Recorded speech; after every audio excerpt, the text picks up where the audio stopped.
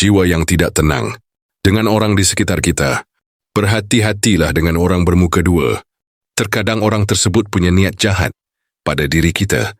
Tetaplah waspada, jangan terburu untuk menilai. Jika merasa curiga, tenanglah sejenak dan pikirkan. Menurut filsuf Stoik, Marcus Aurelius mengatakan bahwa niat buruk orang terhadap kita bukanlah sesuatu yang dapat kita kendalikan. Di dalam video ini akan menjelaskan 5 tanda orang jahat pada diri kita. Coba Anda bayangkan di sekitar kita. Jika tindakan orang itu mencemaskan, kita perlu menyadari rasa curiga dengan doa orang tersebut. Maka berhati-hatilah dengan orang itu. Mari kita selami bersama. Jika video ini bisa membuka pikiran Anda, pasti Anda akan menemui solusi. Jika merasa video ini bermanfaat dan menginspirasi, like video ini sebagai dukungan Anda, dan subscribe sebagai tanda perkembangan channel ini. Dan jangan lewatkan video ini di bagian manapun. Simak video ini sampai selesai, karena ada hal penting di bagian akhir, dan mengenali ciri 5 tanda orang akan jahat pada kita. Mari kita mulai. Pertama, perilaku manipulatif. Orang yang jahat sering menggunakan manipulasi untuk mencapai tujuannya. Mereka mungkin berusaha memengaruhi pikiran atau tindakan kita dengan cara memutarbalikkan fakta, memanfaatkan kelemahan kita, atau membuat kita merasa bersalah tanpa alasan jelas. Mereka sering berbohong atau menutup-nutupi informasi penting untuk keuntungan mereka sendiri. Perilaku manipulatif. Orang yang jahat sering menggunakan manipulasi untuk mencapai tujuannya. Mereka mungkin berusaha memengaruhi pikiran atau tindakan kita dengan cara memutarbalikkan fakta, memanfaatkan kelemahan kita, atau membuat kita merasa bersalah tanpa alasan jelas. Mereka sering berbohong atau menutup-nutupi informasi penting untuk keuntungan mereka sendiri. Kecenderungan meremehkan atau menghina. Jika seseorang sering meremehkan kemampuan kita, mengejek, atau membuat kita merasa tidak berharga, ini bisa menjadi tanda bahwa mereka tidak memiliki niat baik. Orang seperti ini biasanya ingin meruntuhkan rasa percaya diri kita agar lebih mudah dikendalikan atau dimanfaatkan. Ketidakkonsistenan dalam perkataan dan perbuatan. Orang yang berniat jahat cenderung sulit dipercaya karena mereka tidak konsisten. Apa yang mereka katakan seringkali bertentangan dengan tindakan mereka. Misalnya mereka mungkin berpura-pura peduli atau ramah, tetapi di balik layar mereka merencanakan sesuatu yang merugikan kita, memanfaatkan kelemahan atau kesempatan. Seseorang yang berniat jahat cenderung mencari celah atau kelemahan kita untuk dimanfaatkan. Mereka mungkin tampak bersikap baik hanya untuk mendapatkan keuntungan, tetapi begitu mereka tidak membutuhkan kita lagi, mereka menunjukkan sifat aslinya. Misalnya mereka bisa memanfaatkan kepercayaan kita untuk mendapatkan akses ke informasi pribadi atau sumber daya, sikap iri atau dendam yang tidak sehat. Orang yang sering menunjukkan rasa iri, berlebihan terhadap keberhasilan kita, atau menyimpan dendam kecil bisa menjadi ancaman. Mereka mungkin merasa terganggu oleh kebahagiaan atau kesuksesan kita dan berusaha menjatuhkan kita dengan berbagai cara, seperti menyebarkan gosip atau merusak reputasi kita. Meskipun tanda-tanda ini tidak selalu berarti seseorang pasti akan berbuat jahat, penting untuk tetap waspada dan melindungi diri jika menemukan pola perilaku seperti ini. Kedua, kecenderungan meremehkan atau menghina. Jika seseorang sering meremehkan kemampuan kita, mengejek, atau membuat kita merasa tidak berharga, ini bisa menjadi tanda bahwa mereka tidak memiliki niat baik. Orang seperti ini biasanya ingin meruntuhkan rasa percaya diri kita, agar lebih mudah dikendalikan atau dimanfaatkan. Kecenderungan untuk meremehkan atau menghina adalah sikap atau perilaku di mana seseorang memperlakukan orang lain, ide atau situasi dengan rasa superioritas, menganggapnya lebih rendah, tidak penting, atau kurang bernilai. Sikap ini sering muncul dalam bentuk kata-kata, tindakan, atau sikap nonverbal, seperti nada bicara merendahkan atau ekspresi sinis. Penyebab kecenderungan meremehkan atau menghina, rasa insecure atau rendah diri. Orang yang merasa tidak percaya diri kadang-kadang mencoba mengompensasi kelemahan mereka dengan merendahkan orang lain untuk merasa lebih unggul, kesombongan atau ego berlebihan. Orang yang memiliki pandangan tinggi terhadap dirinya sendiri sering merasa lebih baik daripada orang lain dan menganggap orang lain tidak sebanding dengan dirinya. Kurangnya empati, ketidakmampuan untuk memahami atau menghargai perasaan, dan perspektif orang lain dapat membuat seseorang bersikap meremehkan lingkungan atau pola asuh.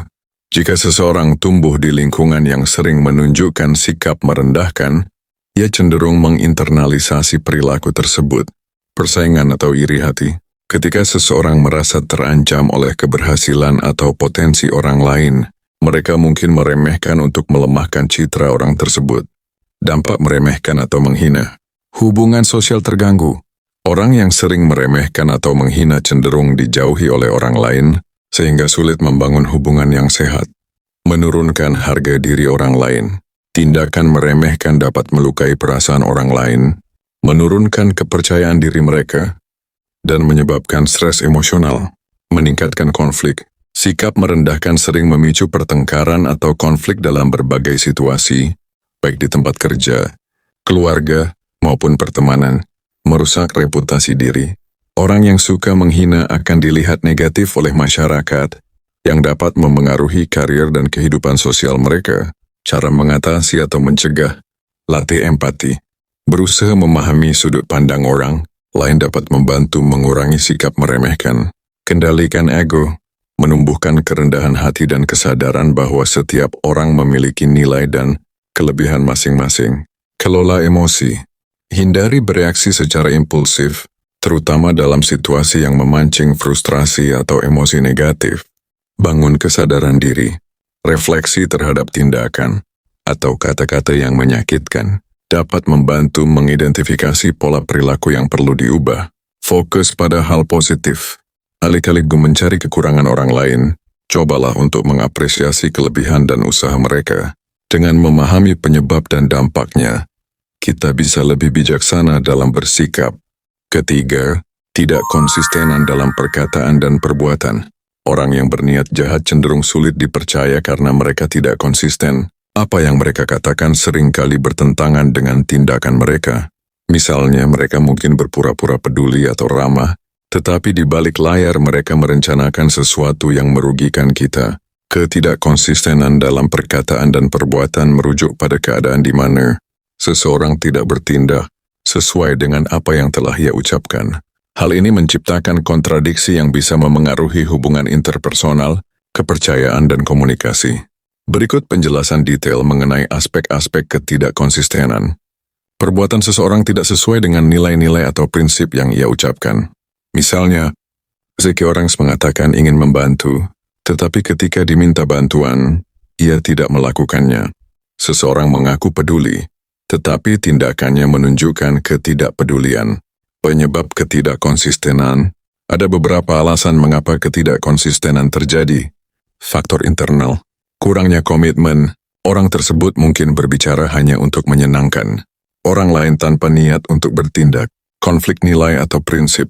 Perkataannya mungkin didasarkan pada nilai tertentu, tetapi tindakannya dipengaruhi oleh kondisi atau tekanan lainnya.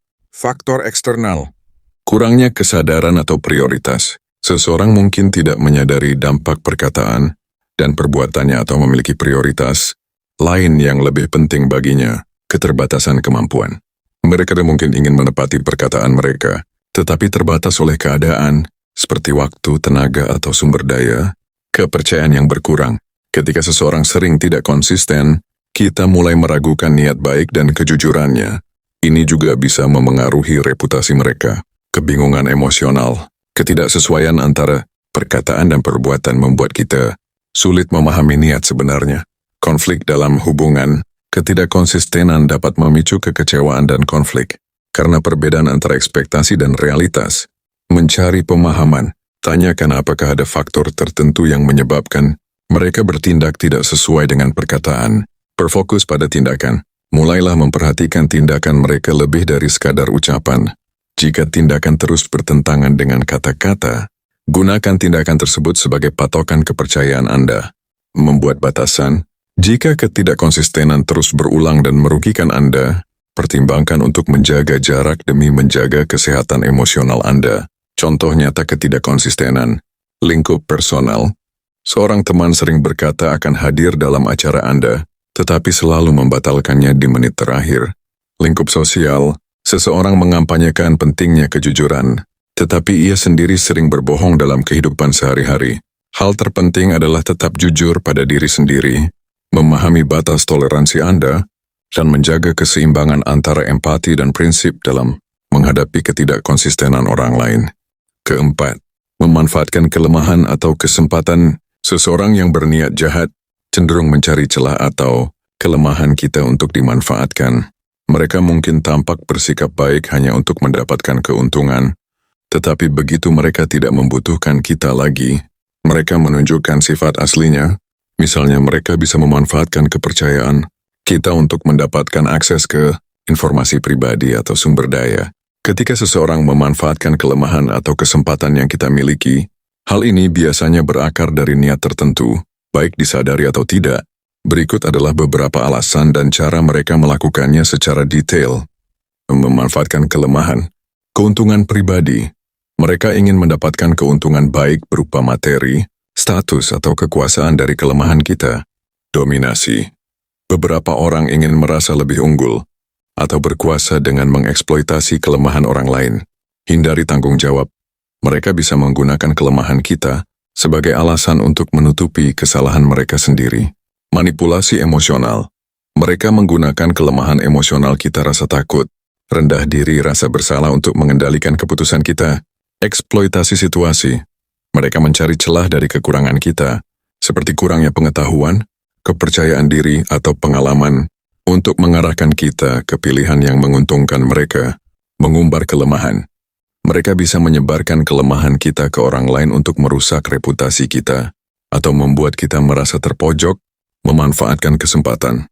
Ambisi. Mereka melihat peluang yang ada sebagai jalan pintas untuk mencapai tujuan mereka. Kurangnya empati. Mereka tidak memikirkan dampak tindakan mereka terhadap kita selama tujuan mereka tercapai. Rasa iri atau cemburu. Kadang seseorang merasa bahwa kita memiliki sesuatu yang seharusnya milik mereka, sehingga mereka merasa berhak merebut kesempatan itu. Mengambil alih peran atau hak kita. Misalnya, jika kita tidak dalam posisi bertahan atau sadar, mereka mungkin mengambil alih tanggung jawab atau peluang yang seharusnya menjadi milik kita. Penyalahgunaan kepercayaan. Ketika kita terlalu percaya pada seseorang, mereka bisa memanfaatkan kesempatan itu untuk keuntungan mereka, seperti menyalahgunakan informasi rahasia, menghindari kompetisi. Mereka mungkin berusaha melemahkan kita atau menghalangi jalan kita untuk memastikan mereka mendapatkan kesempatan yang lebih baik. Tanda-tanda seseorang memanfaatkan kita. Mereka terlalu sering meminta bantuan atau menuntut sesuatu tanpa memberikan imbal balik. Ada rasa tidak nyaman atau manipulasi dalam hubungan. Mereka tampak menghindari tanggung jawab atau menyalahkan kita ketika ada masalah. Keinginan mereka tampak hanya untuk keuntungan sepihak. Bagaimana mengatasinya? Kenali kelemahan dan perkuat diri. Sadari kekurangan kita dan berusaha memperbaikinya. Tetapkan batasan. Jangan biarkan orang lain melanggar batas yang telah kita tetapkan. Kelima, sikap iri atau dendam yang tidak sehat. Orang yang sering menunjukkan rasa iri, berlebihan terhadap keberhasilan kita, atau menyimpan dendam kecil bisa menjadi ancaman. Mereka mungkin merasa terganggu oleh kebahagiaan atau kesuksesan kita dan berusaha menjatuhkan kita dengan berbagai cara, seperti menyebarkan gosip atau merusak reputasi kita. Meskipun tanda-tanda ini tidak selalu berarti seseorang pasti akan berbuat jahat, penting untuk tetap waspada dan melindungi diri jika menemukan pola perilaku seperti ini. Sikap iri atau dendam yang tidak sehat biasanya muncul dari perasaan negatif terhadap keberhasilan, kebahagiaan, atau kelebihan orang lain. Berikut adalah beberapa ciri dan dampaknya. Ciri-ciri sikap iri atau dendam: mengkritik atau menyalahkan secara berlebihan. Orang yang iri sering mencoba merendahkan atau mengkritik orang lain untuk membuat diri mereka merasa lebih baik. Menyebarkan gosip atau fitnah. Mereka mungkin menyebarkan informasi palsu atau membicarakan hal buruk tentang Anda untuk merusak reputasi. Memusuhi tanpa sebab yang jelas. Sikap dingin atau permusuhan dapat muncul tanpa ada alasan nyata, hanya karena mereka merasa iri atau dendam. Mencoba menghalangi kesuksesan Anda. Orang yang dendam mungkin berusaha mengganggu atau menghalangi pencapaian Anda. Bersikap manipulatif. Mereka bisa mencoba memanipulasi situasi atau orang lain untuk keuntungan mereka sendiri dan untuk merugikan Anda. Dampak sikap iri atau dendam. Hubungan yang rusak. Sikap ini dapat merusak hubungan, baik pertemanan, keluarga, maupun profesional. Lingkungan yang tidak sehat. Jika sikap iri atau dendam terjadi di tempat kerja atau komunitas, suasana menjadi tidak nyaman. Perasaan tertekan. Anda bisa merasa stres atau terganggu oleh perlakuan negatif mereka. Cara menghadapinya bersikap tenang. Jangan terpancing oleh perilaku mereka. Tetap tenang dan fokus pada hal-hal positif. Komunikasi terbuka. Jika memungkinkan, bicarakan masalah secara langsung untuk menyelesaikan konflik. Tetap berbuat baik. Tunjukkan sikap yang baik meskipun mereka bersikap negatif. Ini bisa mengurangi ketegangan. Tetapkan batasan. Jika sikap mereka terlalu merugikan, jaga jarak dan hindari interaksi yang tidak perlu. Fokus pada diri sendiri. Jangan biarkan sikap iri atau dendam orang lain mengganggu pencapaian atau kebahagiaan Anda. Sikap iri dan dendam yang tidak sehat lebih mencerminkan ketidakpuasan mereka terhadap diri sendiri daripada kesalahan Anda. Tetaplah fokus pada hal-hal baik dalam hidup Anda.